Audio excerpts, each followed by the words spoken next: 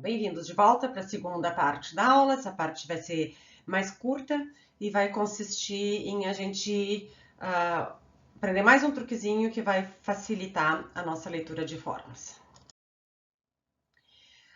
O truque útil consiste em lembrar o seguinte: consiste em lembrar que uma fórmula dessa forma aqui universal é verdadeira se e somente se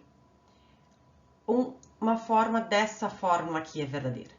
Que uma fórmula dessa forma aqui é verdadeira, se e somente se dessa forma aqui é verdadeira, e assim por diante para esses demais casos. O que a gente vai ver na aula hoje, nessa parte da aula? Primeiro eu vou mostrar como isso se segue da definição de verdade, tá?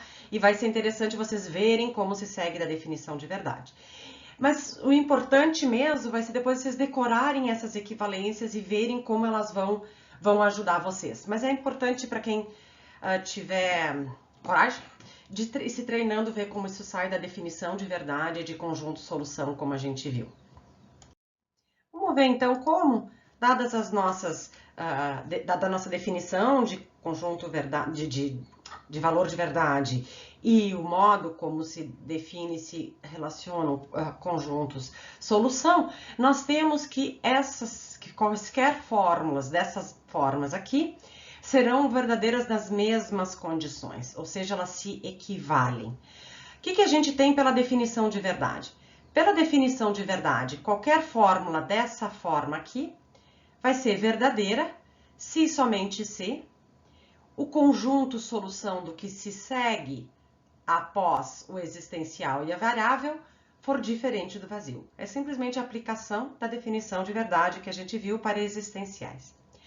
Por outro lado, a gente viu que em função da nossa definição, esse eu não fiz rigorosamente com vocês, mas em função da caracterização de conjunto-solução, o conjunto-solução de uma fórmula que inicia com a negação é igual ao complemento do conjunto-solução da fórmula negada. Foi a regrinha que a gente viu no início da primeira parte desta aula, né? Bom, então o que a gente vai ter? Se isso aqui ocorre, né? Se isso aqui é V, se somente se isso aqui é diferente do vazio, a gente tem que uma forma, a gente viu já, né? Que uma fórmula dessa forma aqui vai ser verdadeira, se somente se o complemento do conjunto solução disso aqui for diferente do vazio. E aqui a gente pode agora novamente começar a usar os nossos diagramas, só que aqui vão ser diagramas até mais simples, porque aqui a gente está falando só de uma fórmula φ, né? O que eu tenho? Eu tenho aqui um quadrado e eu tenho aqui o espaço do meu φ, né? Quando eu digo que o complemento do conjunto solução de φ é diferente do vazio, eu estou dizendo que tem um objeto aqui, não sei qual, mas eu estou dizendo que tem um objeto fora do φ. Mas se tem um objeto fora do φ, isso significa que não está tudo aqui dentro do φ, né? Se eu estou dizendo que um objeto do universo está fora do φ, é porque não está tudo aqui dentro. Ou seja, dizer que o complemento do conjunto solução de φ é diferente do vazio é dizer que o φ é diferente do universo, é dizer que nem tudo satisfaz o φ. Bom, mas dizer que um conjunto é diferente do universo é a mesma coisa que dizer que o valor de verdade de uma fórmula que colocasse um universal na frente seria f. Ok?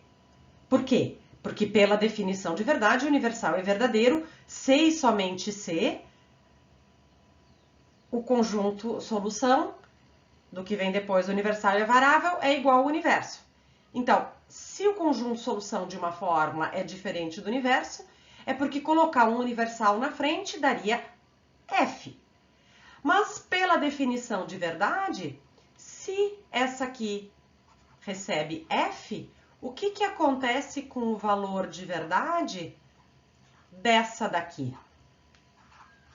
Pela definição de verdade para negação, essa aqui recebe V, se a negada é F. Então, o que a gente vai ter? Que um existe não é verdadeiro se somente se o conjunto solução do φ sem o não é diferente do universo, e isso é a mesma coisa que dizer que não para todo Φ é igual a V. Então, aqui que eu fiz um exercíciozinho de mostrar como, pela definição de verdade, pela relação entre conjunto e solução, eu tenho equivalência entre quaisquer fórmulas da forma existe não e não para todo. Tá? Por que isso ocorre? Né? Isso ocorre porque, de um modo geral, independente da nossa definição, né, a gente tem dizer que alguma coisa não é Φ, é a mesma coisa que dizer que nem tudo é Φ, né? Dizer que, bom, alguém não foi aprovado é a mesma coisa que dizer que nem todo mundo foi aprovado. É exatamente a mesma coisa. E como é que essas nossas definições de verdade, conjunto, solução foram definidos, né? Eles foram criados de modo a capturar no seu comportamento isso que a gente usa em linguagem natural. Dizer alguém não foi aprovado é a mesma coisa que dizer que nem todo mundo foi aprovado, e isso é capturado pela nossa definição de verdade e de satisfação. Bom, e algo análogo vai valer para os demais conectivos, né? Dizer, por exemplo, que não existe um Φ é a mesma coisa que dizer que para qualquer um que eu pegue, não Φ, né? Dizer não existe ninguém que foi aprovado é a mesma coisa que dizer que todo mundo foi, para todo mundo, para qualquer um que eu pegar, ele não foi aprovado, né? Dizer que não existe alguém que não foi aprovado é só um jeito mais torto de dizer que todo mundo foi aprovado. Porque dizer que não existe ninguém que não tenha uma propriedade é a mesma coisa que dizer que todo mundo tem a propriedade. Mas agora, qual é a grande vantagem disso? Né? Além de já facilitar a vida, perceber essas equivalências, mas vamos ver como é que a gente vai usar isso juntando com o que a gente viu na primeira parte da aula. Vamos ver aqui o que acontece. Então, o que a gente tem? A gente tem, vamos primeiro rever essas equivalências que eu fui apresentando de modo mais esquemático. Dizer que tudo é Φ é a mesma coisa que dizer que não existe algo que não seja Φ, né? Então, é dizer que o conjunto solução de Φ é igual ao universo. Tudo é Φ. Dizer que nem tudo é Φ é a mesma coisa que dizer que existe algo que não é Φ, né? Nem tudo é Φ, algo é não Φ. Qualquer um dos dois, o que fica mais fácil para vocês lerem. Ou o conjunto solução de Φ é diferente do universo. Dizer que não existe Φ é a mesma coisa que dizer que para todo ele não é Φ. Ou seja, que o conjunto solução de Φ é igual ao vazio. E dizer que existe Φ é a mesma coisa que dizer que não existe não Φ. Então, a primeira vantagem que a gente tem é que vocês vejam que a gente tem como equivalente para qualquer fórmula a afirmação de que ou o conjunto solução da fórmula em questão é igual ao universo, ou ele é diferente do universo, ou ele é igual ao vazio, ou ele é diferente do vazio. Ou seja, vocês podem expressar tudo em termos de...